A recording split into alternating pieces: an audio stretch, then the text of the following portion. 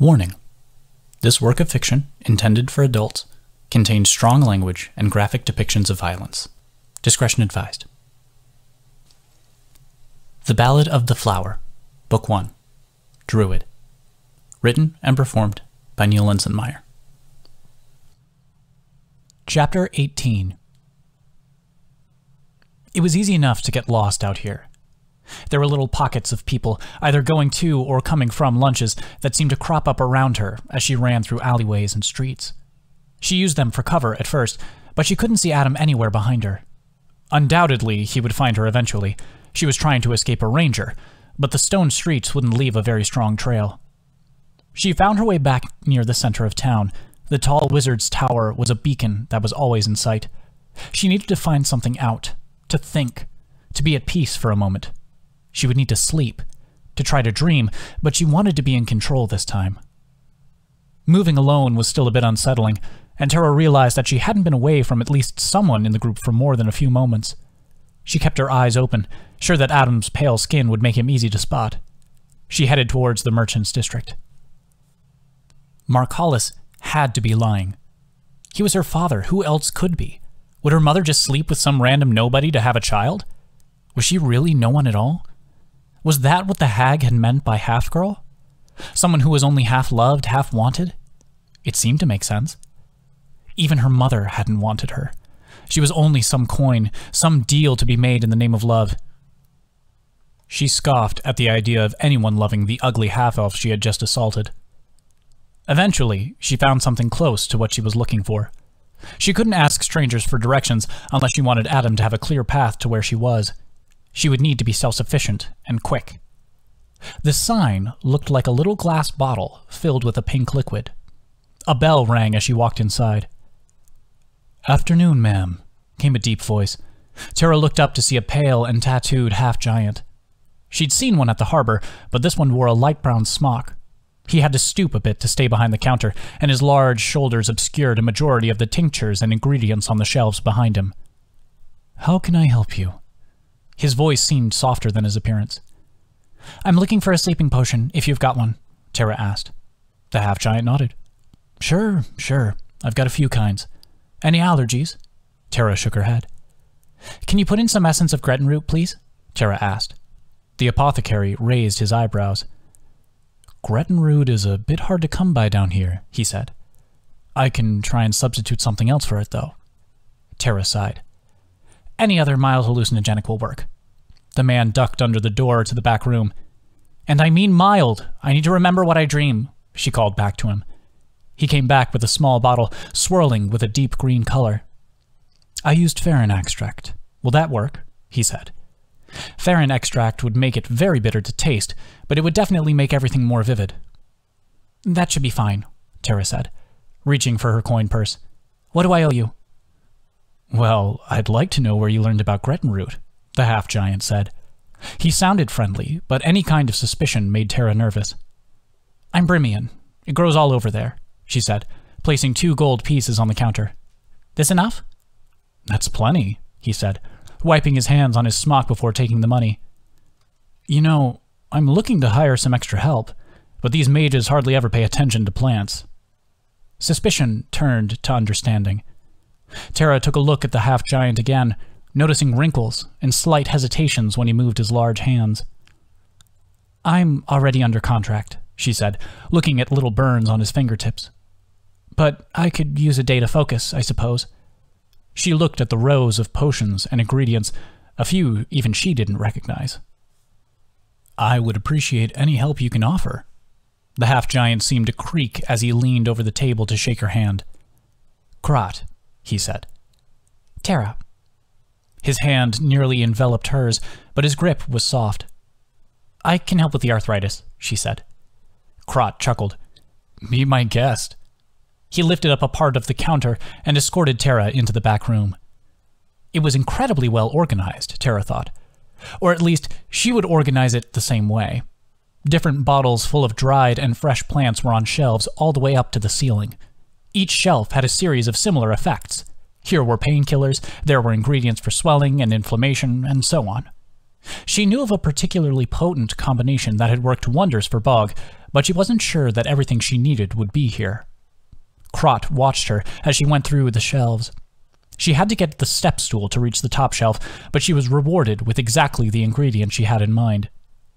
"You're gonna want to eat something before you take this," she said to Crot, who just smiled and crossed his arms. She had 4 little bottles in her grip when she went to an immaculately clean workstation. She didn't need any heat for this, but she did need clean water. She set a few drops of root extract into a bottle. There was only the clinking sound of mortar and pestle as she worked. "Have you ever heard of a half-girl, Crot?" she asked. It was worth a shot. Crot thought for a moment. "Nothing comes to mind," he said. "Never mind then," Tara said. She was fixating on this potion now, adding thin flakes of bark to the mortar and mixing them into the smashed leaves. She reached for her last ingredient, a bottle filled with deep purple wildflowers. "Are you sure about adding that?" Crot asked as she took out the stopper. "As sure as I am about anything," Tara said, not mentioning that her entire life was an uncertain wreck right now. The concoction gave off a bit of steam as the ingredients mixed and settled into a yellow-gold color. She handed it to Crot after opening the stopper for him. "You've eaten?" she asked. Crot nodded and took a small sip. "Well, it certainly tastes like medicine," he said after making a face. He flexed his fingers. "Give it 5 minutes," Tara said. "I want to make sure I got the right dosage." She set the bottle next to Crot, and even though he was sitting down, he was looking down at her. "Have you been dealing with it for a while?" she asked him, eventually sitting on the step stool. "No, a year or so now. I'm just getting old." Crot seemed to be smiling. "But I've been keeping it under control." He looked at his hands, but let them rest. "What's a Brimian doing down here?" he asked. "Hag hunting," Tara said. "Ah. There's a coven in the desert that the mages refuse to deal with. Something about border disputes and neutrality. Is that where you're headed?" Crot was massaging his hands now. Tara nodded. "Good luck," Crot said, and Tara knew that he meant it. "How are the hands?" she asked after a moment. "Surprisingly well, thank you," Crot said, flexing and spreading his broad fingers. "You saw what I did, right?" Tara asked, standing up. "Every step." Crot watched her move. "We'll only take it when the pain is really bad," Tara said. "We've had some trouble with numbness, too." Crot smiled and gave a little bow of his head. "Thank you, Tara, for keeping an old man company." He stood slowly and followed her back to the entrance of the store. "You're more than welcome to stop by again," he said, before letting the door close between the two of them. Adam was still nowhere to be found, but she knew she couldn't keep avoiding him. She double-checked that she had the sleeping potion in her bag and noticed her identification card. She pulled it out to reread the writing on the back. Access to information requests and libraries within the domain of the International Society for the Advancement of Knowledge and Magicraft. She turned almost a full circle in the street, searching for the tower on the horizon. Even if Adam knew where she was, he'd have to wait for Barney to get back to get her. She just needed to make it back to the center of town.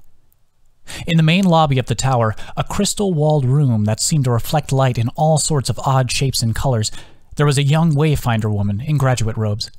After flashing her card, Tara was led up a series of staircases to a hall of doors. One of the doors was open and held the entrance to an enormous library.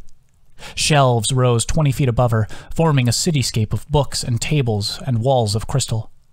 Her escort left Tara alone near the doorway, and she quietly entered.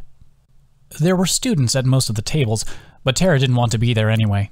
She grabbed a random book from a shelf and set off into the makeshift alleyways. She was almost fed up with the walking and the oppressive smell of old pages when she found a secluded little corner. She was far back in the library now, and the odds of her being discovered were low. She leaned against the wall and opened the small bottle of potion. She took a deep breath and downed the entire bitter concoction in one gulp. When she opened her eyes, she was in her field. The wheat was golden and full, but it was hard to make out in the moonlight. She had never been here at night before, she thought. Was this a side effect? She took a deep breath and filled her lungs with damp, heavy air. It was a good, solid smell, but mixed in the soil she could detect a hint of saffron. She was definitely dreaming. She was already standing, and she could see the edge of the field cloaked in shadow and dark woods. There was no pole this time, but she knew where she would have to go. She let her hands touch the wheat as she moved through the field. The life energy around her seemed comforting in the gloom of the night.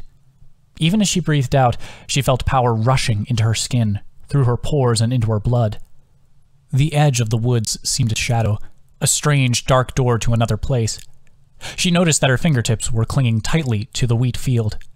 She was still scared, somewhere deep down, but this was her dream now. She would find at least one answer here.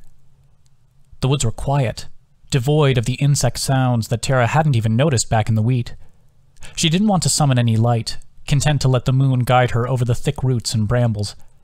There was a distant sound of an owl, and it made Tara start before she remembered who she was. As she stepped, leaves and thorns shrunk away from her path. The forest floor was melting away, welcoming her, or attempting to trap her. She stood up straight and carried on. The trees were changing. Not the leaves, but the trees, from pine to the oaks and maples of North Brimia. She allowed herself to look into the branches, and the moonlight seemed to twist into creatures from home. Ahead of her, she could hear a whimpering sound, like one of Barney's sisters. She hurried forward, and as the vines broke apart for her, she saw a clearing. The whimpers were coming from a small girl with messy black hair, kneeling beside a wounded deer. Tara stood still. She knew this moment. She had seen all of this before. She knelt down a few feet away from the girl, picking up the old doll with black hair and button eyes before speaking to her.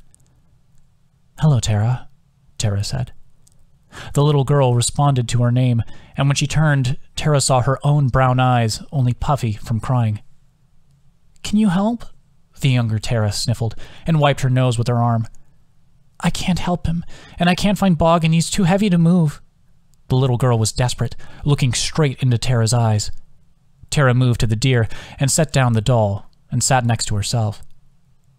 "There's only one thing we can do," Tara said sadly, looking into the black eyes of the old buck. "We have to heal him." The little Tara laid hands on the deer, trying to imitate the gestures that Tara knew all too well. She remembered this, the powerlessness, the inability to help. "Why aren't you healing him?" The little girl's grubby hands grabbed Tara's and set them on the animal.